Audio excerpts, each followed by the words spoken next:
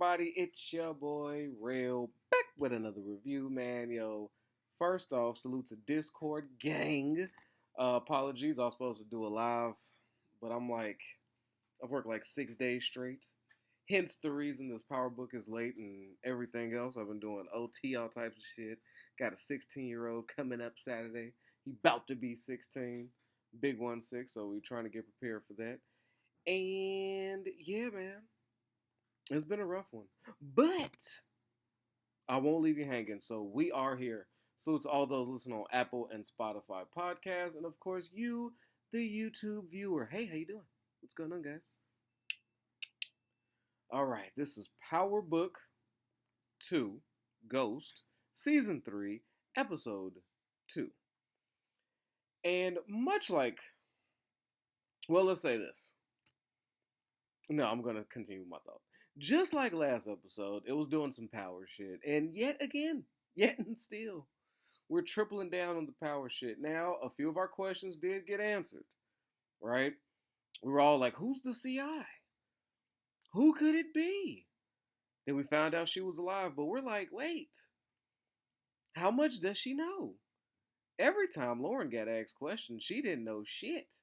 They kept sending her in there as like a mole or something, like way beyond a CI, like a spy, right? Like an informant, like a legit working informant to get information and be bugged and all this other shit. So we discovered that she's alive, and we thought, you know what? Maybe Effie, she's moving funny. Effie's moving funny.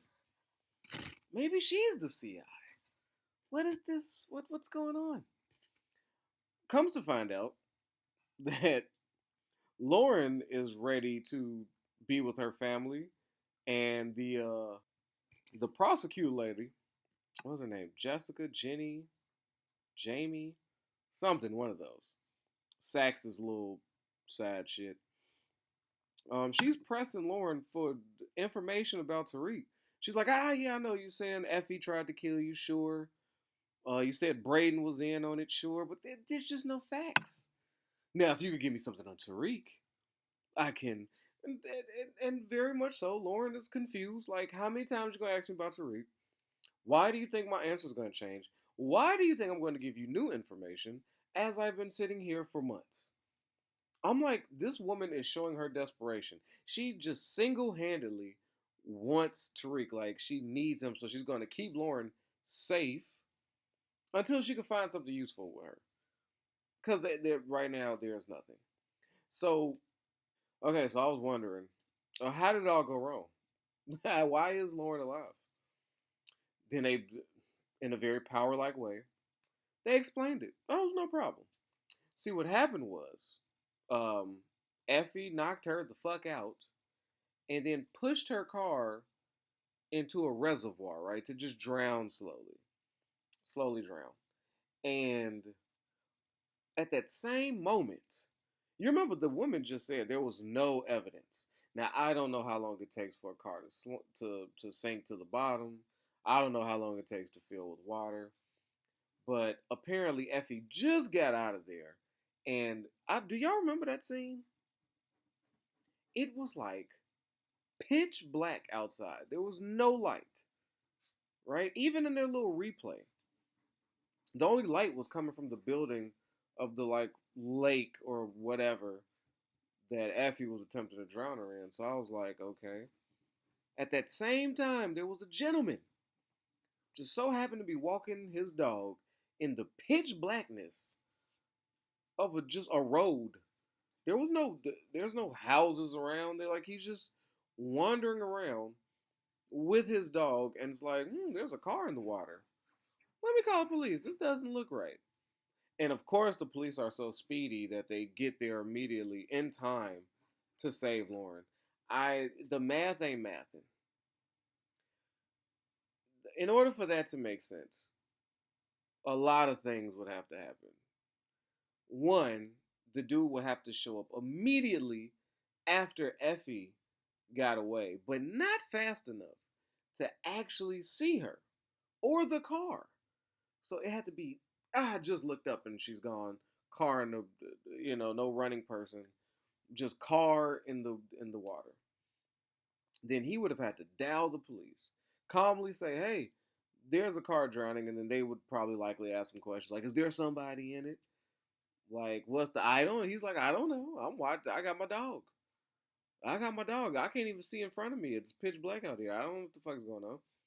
I just see a car in the water." And at the same time, the police would have had to find somebody who just happened to be around that way to get there that quickly and then assess the situation, dive in, and go see what they could find. I don't know about you, but that would all take expert timing. Uh, you know, I don't know, just to orchestrate before that girl drowned to death. Which I don't know, but so she's alive and has no answers, and we have no idea what we're gonna do with Lauren. I know what you're thinking, writers. How do we incorporate her? Is she gonna run away? Are we gonna say, "Hey, she's alive, people," and just see how that pans out? Like, I'm not saying it. I'm not saying the whole Lauren thing. What I am saying though is a lot of shady shit this episode. Oh yeah, Tariq, outside of having everybody after him, it his friends is not looking too friendly. Like, oh, we're just gonna do what's best with him, right? So trying to figure out this whole drug thing. Braden wants to sell drugs where he works. Obviously, that's a bad idea. Why? Because you did, like Tariq said, you testified on stand saying you're a drug dealer. Here we go, selling drugs at your. No, that's dumb. The Braden name, the Winsfield, whatever that last name is, cannot be associated with drugs anymore, sir. It cannot. We gotta figure something else out.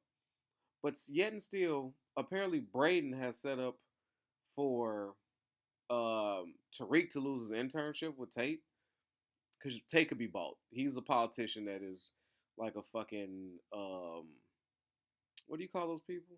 A freelancer, like a hitman for hire. He's just a hired gun. If you got some money, Tate will do what you ask. He's just a hoe in a suit.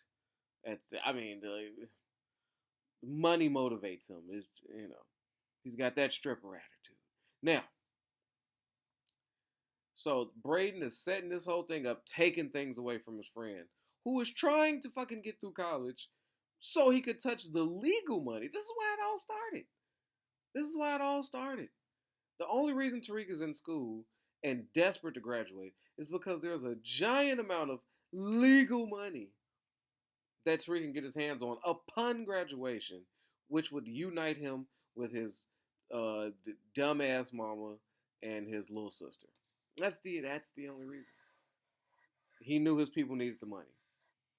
Now, do I think he may have made more money? I forgot the amount of money actually that Ghost put up for him. If y'all could, please remind me in the comments because he's been doing a lot of drug dealing in 2 seasons, and I'm hard pressed to believe that boy ain't come close to, if not exceeded, the money that was in his trust fund. But yet and still, I guess he didn't, because he ain't made enough. He still ain't got a car. All right, Tariq is just never getting a car. I don't know, that poor boy. And he's still struggling. Don't have a place to stay. Lauren gave him an apartment. He can't get his own apartment. He's like living in some dungeon at the school because nobody trusts him being around. Which I'm not mad at them. I know that the law said he was innocent. He should be innocent. A lot of people die around Tariq. And I'm here for an education. I don't know what the fuck he's here for. I don't want to be around him. I don't want to die. So that's fair. That's fair. If it's just all a coincidence, motherfucker, you're bad luck then. Okay? If you're an innocent person, you're extreme bad luck. You're bad juju, and I don't want you near me. Okay? Now, so Braden, I was champion Braden all last season. I mean, he was a friend that was holding shit down. Took up the stand for him, but now he's moving a little shaky. What I'm seeing is he's growing a deeper relationship with Kane, and it's more moving toward more business with Tariq. So much so that he's willing to manipulate his friend into doing what he wants, which wouldn't be. Well, no, it's bad because that's your man's. Okay, if he said no to selling drugs in the office, and you think there was a way that if you just showed him it could be done, but you're doing too much snake-like activities, right? The whole getting him the internship, so made him lose the internship because he already had him one in the bag. And then when the boys go do coke, he's like, "Oh, let Tariq set up the meeting room." Like that was okay. And then Tariq is just. Did anybody feel awkward about that scene as Tariq walks in and watching them just freely do coke at the table? And he's just like, yeah. And he's just staring around looking at them. I'd have been like, I don't do drugs, but if I were to, and even in such a public place, I'm like, yo, what the fuck are you looking at? I'm trying to do my cocaine here, man. Take you and that fucking turtleneck and go somewhere. Stop staring at me. What are you doing? Why are you still looking at me? Like Tariq was just soaking it up. Like, okay, he's doing a lot of coke. He's doing a lot of coke. Oh, okay, I see what's happening here. You, what about you, buddy? Oh, you are too. You too are doing a lot of coke. Okay, okay. Coke can be sold here. But we find out that hey, look how fast power moves. That's the hilarity of this show. One episode, streets dry, don't know have no drugs. Next episode, we got so many drugs, we don't have no idea how we're gonna move all this. Next episode, I know a way where we could sell all these drugs in the warehouse. We're just gonna go up and down Wall Street and take over the trainer's business. He had a lucrative business. He did. He really did. But I bring Braden up just because, he got some cheeks. That Kiki chick. He was not playing games. He went straight to Pound Town. Right? So Braden got that off. And he's being a little snaky behind Tariq's back. I don't think that's going to turn out well. Like, it's. Their friendship has already been on thin ice a few times. So Braden is quite bold to do this again. Not to mention he conspired to kill Tariq's girlfriend. So he's looking a little shady in the light. But so is Effie. Kane also, but Kane is a shady nigga. Tariq knows he's a shady nigga. And once you're a shady nigga and you don't mind being shady and everybody knowing you're shady, then are you shady? That's one of those, ponder that. If you're shady, you're admittedly shady, you don't give a fuck that you're shady, and everybody knows you're shady. Are you, in fact, shady? Because shady would mean you're doing bad things within the shadows. Like you're trying to be low. You're just trying to be sneaky. So I don't think Kane is shady. I think he's just a piece of shit. Like a legit Webster's dictionary definition of a piece of shit. Like an old school encyclopedia. Under P. Right? The P encyclopedia. Piece of shit. Boom, there goes Kane. And the whole list of, his biography. It's basically his autobiography. So yeah. But Effie, right? I have a lot of issues with Effie this one. She's obviously hiding the murder of the so-called murder of Lauren behind Tariq's back. Fair enough. Not too mad at her. But she's over there making a website called let's see. Course Correct went to like a legit jury and somebody got convicted for Course Correct. So she's like, you know what? How about I make one, but I'm going to be better. Instead of Course Correct, I'm going to call it Course Perfect. They'll never know. They'll know. It's so genius. They'll never know. Course Correct, that's a drug site, but Course Perfect, that sounds like there's some tutoring going on, right? But really, we're gonna sell drugs like Course Correct. Oh yeah, I was like, if this bitch launches this app, but anyway, I also didn't like, because we see that she wants to be involved, and she keeps selling everybody on this bullshit. I hate hearing her talk about her student loans and the debt. How much money have these people made? I'm going to start needing power to. I need them to do some accounting work. Like I need to see the taxes on this shit. For real. Do an episode where when the drugs are sold, money is taken. I want to see where this fucking money's going. Okay, this is the profit. This pays this person, this pays this person. How much money are these individuals taking home? Because they are crying and bitching about money. And this ain't for play. I don't even want to sell drugs. I have to. I'm like, hey, but how much have you made thus far? What have you been spending your money on? And then you just gave up a $5.5 million ring with doing no research. So you just grossly overpaid Davis, right? Well, no, let's not say grossly. Because somehow, some way, he's gotten Tariq out of every single jam legally. But I could do that in power court. Shit, just give me a suit. I can do what they're fucking doing. I'm just don't give me no more power court, please. Um, but yeah, she's talking about my student loans is behind, and they playing broke. They playing broke. They all playing broke, but wearing designer. It's fucking confusing. She's worried about this, and I'm just like, okay, but yeah, I want to know where this money's going. Also, she might not be the perfect person for it. Her first idea is to call it course perfect. I'm like, you're a fucking idiot. She entertains Kane, whether if y'all don't see it or not, she's entertaining him. Anytime she's left alone with Kane, if she's not walking off immediately, because Kane has let it be known, I want you and fuck your boyfriend. Like, just laid it out there. So once you know a man's stance, he's not being, like I say, he's not being shady. He's being very open with his piece of shitness. Anytime you're left alone with him, if you're standing there long enough for him to converse with you, you are entertaining. Anytime you look and see that you might be alone with Kane, you should be exiting stage left. So she's entertaining Kane. Her first thought, like I said, was to come up with the course perfect. But then her next thought, and I maybe it's because she's a college student. Because sometimes really smart people, like book smart people, are fucking idiots when it comes to real life. Like we all know that person. You could throw out an equation and be like, oh, it's the root number of 7,436 is obviously 2 by the exponent of 3, and you do the 4, and then the universe. Right?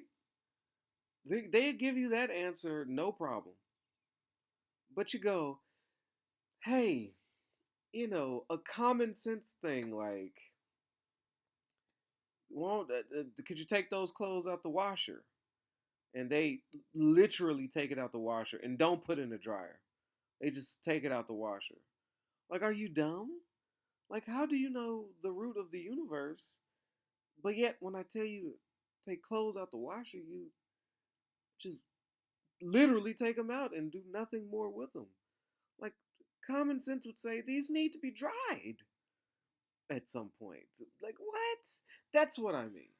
So maybe Effie is a victim of being too smart, and she's fucking stupid. And why do you ask me that? Why do you say this? Why do I say this, I should say?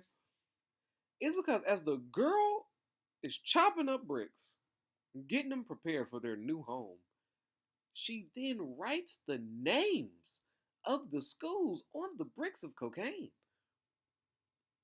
Now, like I said, I'm not some big drug dealer, but I'm almost 1,000% sure the location of where the drugs are headed maybe shouldn't be labeled like fucking Amazon packages.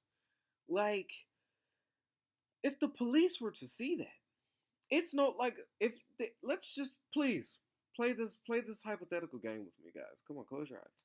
So, if the police found a bag of drugs, that's already bad. They don't know if you just got it, if you're dropping it off. They don't know how deep this conspiracy or what this drugs thing. They don't know where you're selling it to. They have no clue. You could have found it. You could argue that. You could do something. But once you're riding around and getting caught, and then there's labels of where the drugs are going, that is now like hella laws being broken. There was one big ass law being broken. You're trafficking drugs. Now that I know that you're tracking, that you're like doing a worldwide school tour of cocaine because they're on the packages. I know where this one's headed.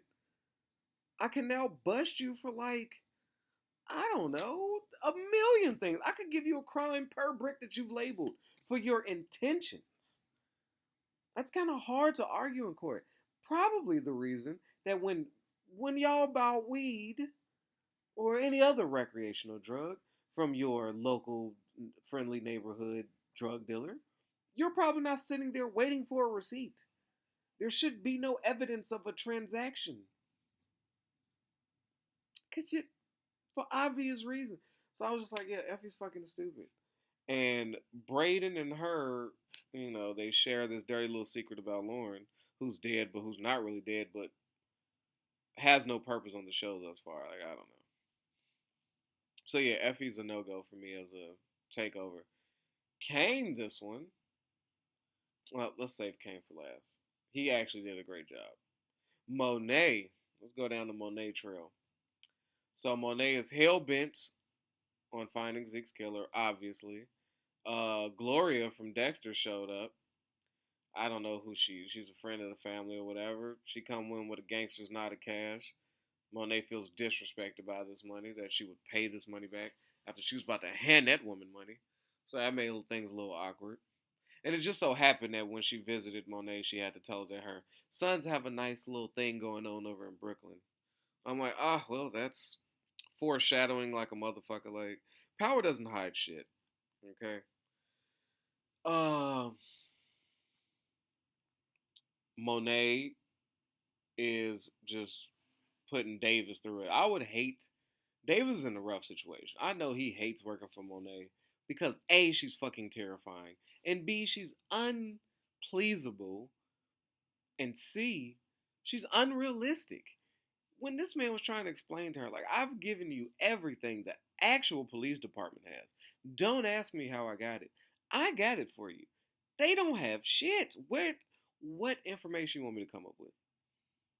But Monet is pissed, and she's gonna Monet out. And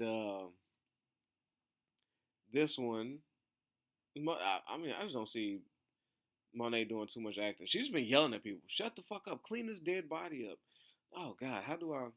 I want to go someplace else before I get to this because it's almost so much dumb shit. I'm gonna end with the whole Kane and Lorenzo big reveal. That's the last thing I want to talk about.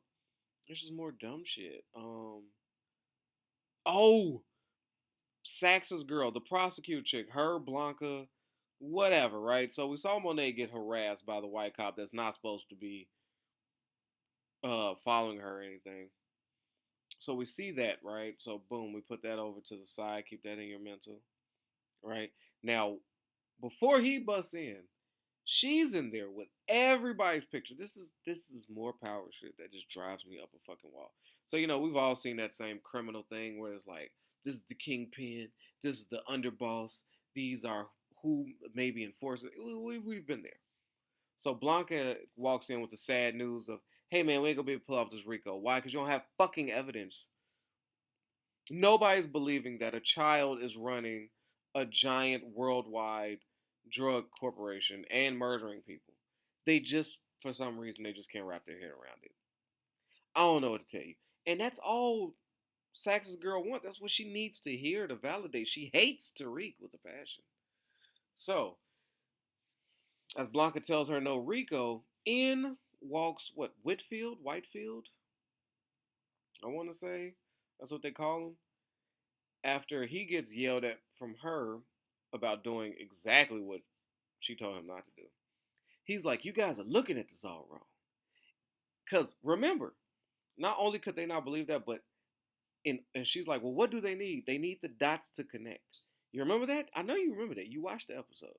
She said, we need the dots to connect to make this a thing. Like, how does Tariq know this person, that person, this person, that person? Right? Just to make it a Rico. Because in the Rico, you get everybody. Anybody, whether they're big boss, underboss, little boss, it doesn't fucking matter. In the Rico, you're all getting arrested. All I gotta do is prove one person out of this whole thing, and you're all fucking going down. And Tariq is right there. Now, we know what a Rico is, and we know why they can't get it. Can't connect the dots. Here comes Whitfield, gets yelled at. Boom, he's like, you're looking at it wrong. All he did was take Monet's picture that was already there and just slapped it right up at the top next to Tariq. And guess what these geniuses say? Holy shit, I see the connection. Dots start connecting in their brain. And I'm like, off of moving a photo, Monet's been there the whole time. That tells me the level of investigation. You supposed to investigate each individual. Go, hey, who is this Monet person? Oh, she knows this person. She knows. Then you would have figured that out a long time ago. So this case is already a bust. They might as well wrap it up. If it took a man to take one picture from the middle to the top for you to go, and then Blanca to say, this is something they're going to greenlight, I tell you, it's instant satisfaction in this power book shit. Instant satisfaction. Oh, sad, no Rico. But wait, if you move the picture from here to here, but Shazam, there's a fucking, the dots have been connected and the Rico is back on. So yes, Sax is sneaking through Davis's phone. I honestly have no fucking idea what Sax is doing. I don't know whose side he's on. If he's just trying to get laid by his maybe pseudo girlfriend, or if he's still trying to bust Tariq, or if he's a legit like worker of Davis, like if he just enjoys this side of the field and like using her, because Sax has the capacity to do all of the above. So I don't put nothing past him. So I actually am excited to see what Sax is about, because everybody else I can pretty much pinpoint exactly what their thing is. Sax, I'm clueless. I have no idea. I don't know. I don't know what Sax is doing. Who else is of interest? And I told y'all Monet killed what's her face, the sexy professor. I'm telling you, I knew it. I knew it. She ain't hang herself. Cause you remember y'all was telling me that. We had a whole argument. Y'all was like, Monet ain't strong enough to lift that body and do. I was like, and I told y'all then, like I'm gonna tell you now, y'all thinking too logically. You're using your creative brains to explain power. You can't do that. Anything is possible in power. Get it through your brains. Of course, Monet has the strength of 10 men to just, I'll take that to boom, beam her up and lift her up. I'm telling you, she killed her. I knew it. I knew it. Y'all was talking about suicide because it wasn't no other way. Yes, it's the Monet way. It's the power way. Stop thinking too deep. It's power. But how long have we been going? Oh, we've been going for a minute. But yes, what else irritated and or frustrated me and or powered me out the building? Because this was a wild one. Let's see. Braden went behind Tariq's back. Effie's behind both their backs. Lauren is confused. Kane. Did Kane go behind somebody back? Oh no. Oh Jesus. Drew. Oh my God, this Drew shit. Now tell me if I was the only person that when Drew was walking down the street, got attacked, got turned over, thought he was about to get that thing taken. I thought that and then when he spray painted him and then spit on him and punched him, I said to myself, is this like a Juicy Smouye situation? Like, did that not feel like a Juicy Smouye attack? Like a reenacting of that night, that Arctic that Arctic breeze subway night where the gay Tupac was attacked. Did y'all not get that vibe? Am I the only person? I was like, this is getting really weird and awkward, this Drew shit. Then him begging that Hey Arnold head ass nigga to take him back. He's like, no, I'm going to OKC. Okay, I'm going to be in the footsteps of Russell Westbrook. I'm going to be trash and get no buckets. Yeah, oh, you're a Westbrook fan. Sorry. Sorry, not sorry. Your boy is a cancer to basketball, but that ain't what this channel is. You can go see about it on your first takes and everything else. And your first things first. You know what I'm saying? Your sports center. Go get that information from them. But yes. So Drew got his ass whooped. Monet is like nurturing him back to. She told Drew to go lay on his stomach. I said, what? She was like, go lay on your stomach and just rest. And and keep this cold. I said, what? And then Drew is the one who gets the call to take out the trainer with the drugs, and he just got broken up with, so he's extra mad. Comes up with a very sick ass murder attempt. I do, I would have just rather get shot. This motherfucker pushed the trainer in front of a fucking bus for him to see his life end, like getting ran over. Like that was gruesome, and that's what happens when you break up with Drew. But yes, I thought that was a juicy Smouye situation. I don't even know why he got that text. You have Kane's phone? Like, I was very confused. I didn't know why. Or did they text Drew? I thought I saw Kane. Right? They was like, we need to talk to Kane. I don't know how he got his phone. Okay, but Drew pulled that off, so I don't know. But yeah, it felt real juicy Smouye-ish. Um, what else was some unbelievable shit? Oh fuck it, let's get straight to the Kane versus Lorenzo. So Kane is running around. The attack is what triggered Kane's brain. Seems to me that Kane is the only thinking person here, which is surprising because Kane is a fucking idiot. I don't know when he became a genius. I guess it took a few seasons, but he's here now. So Kane is being very intuitive. Comes to find out that he now knows that his father is the one that killed Zeke, and he's going to use that as leverage to take over the family. This is a very using situation. But you and I both know Kane ain't shit. He's what we say? He's under P in the encyclopedia, right? Piece of shit. He's Monet's 1,000% gonna find out Lorenzo did it. Ain't trying to hear the excuse. Now Lorenzo has to listen to Kane of all people, which you might as well just leave. I'd be like, you know what, I'm gonna take some money, I'm gonna go out of town, start anew. Fuck it. Because if I gotta be under Kane, if I gotta listen to Kane, no, nothing good is coming from that. And I don't even know if this is a hot take, but Monet is gonna find out the truth, and somehow Tariq is gonna be involved or tasked with killing Lorenzo. You know, I don't know. I think Drew and Boy is done. Thank God, I was hating his mustache as that was growing in. It's very disturbing. Oh, Diana. She's in school, extra flirty. She's playing broke. What's up with this fake ass broke college student in the Ivy League school shit? I am just when he said you got the Balenciaga bag, you could afford that, but you can't afford to put the books inside. And she's like, "Oh, my parents took care of my tuition, but they said fuck off with everything else, like then like shit I would need, or then it'd be a waste of your tuition money. Just give me a few extra bucks for fucking books. Like what? What?" And this dude is this corny motherfucker who came up with no, it wasn't him that came up with the term. Cousin brother. That was a crazy ass term. Because if Zeke was a cousin brother, then that would make uh,